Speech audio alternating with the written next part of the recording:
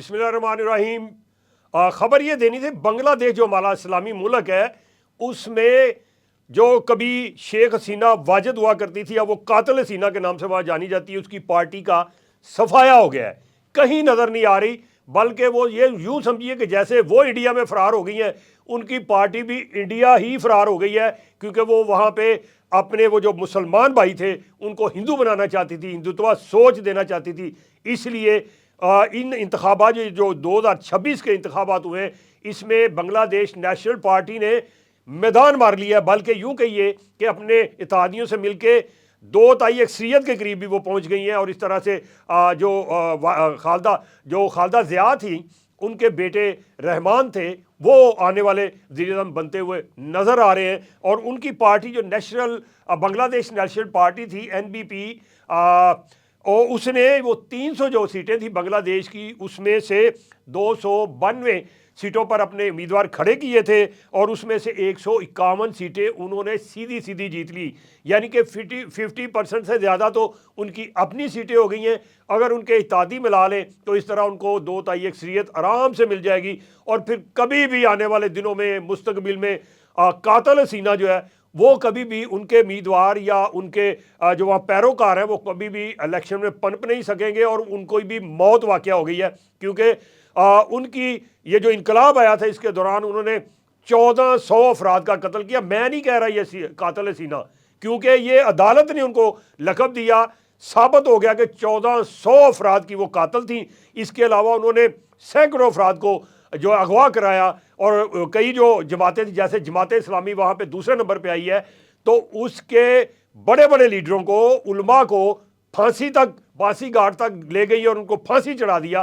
तो ये उसकी औकात थी। यही वजह हुई कि वहाँ इनकलाब आया, क्योंकि वो वहाँ पे हिंदुत्व सोच को परवान चढ़ा रही थी। वो मुफ्ती बाहनी को सारे मुराद दे रही थी, जबकि वहाँ के जो रहने वाले स्टूडेंट थे, जो पढ़ के निकलते थे, डिग्रियाँ लेके निकलते थे, उनको तीसरे दर्जे का शहरी बना के रखा हुआ था, उनको नौकरियाँ नहीं मिलती थी।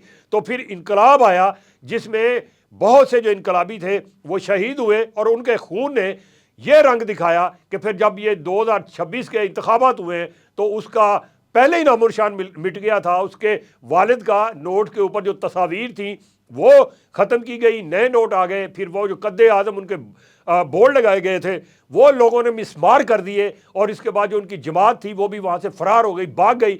तो इस तरह से जो बांग्लादेश है वो मुकम्मल तौर पे उसने भारत से, ये मोदी सरकार से, हिंदुत्व सोच से आज़ादी हासिल कर ली है। और आने वाली जो हुकूमत होगी वो यकीनी बात है वहाँ पे दोबारा से अच्छी मराहत लेके आएगी और वही जो स्टूडेंट थे उनको वहीं पे मुकामी तौर पे अच्छी नौकरियाँ मिलेंगी और वो तीसरे दर्जे के नहीं बल्कि पहले दर्जे के शहरी बन जाएंगे। और जो हिंदुत्व सोच थी और वो जो मुफ्ती बाहनी थी उसके जो पैरोकार थे वो अब वहाँ से दफ़ा हो गए हैं और तीसरे दर्जे के कुछ रह भी गए हैं, तो तीसरे दर्जे के शहरी कहलाएंगे और वो सारी मराहत से महरूम हो जाएंगे। तो ये अगर मेरा व्लॉग आपको पसंद आया तो इस पर कमेंट्स करें, साथ इसको आगे बढ़ाएं और ज़्यादा से ज़्यादा आगे बढ़ाएं ताकि ये मोदी सरकार और जो इंडिया है, हिंदुत्व सोच है, वहाँ तक पहुँचे और उनको सबक पता चले और वो सबक सीखें कि वो उन्होंने पाकिस्तान और बांग्लादेश को अलहदा कराने में जो किरदार अदा किया था अब वो मुकम्मल तौर पे ख़त्म हो चुका है।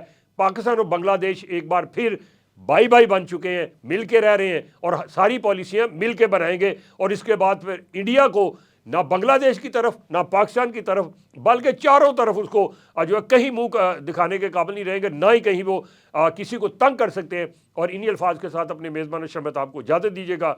अल्लाह हम सब का हामी और नासर हो। अल्लाह हाफ़िज़।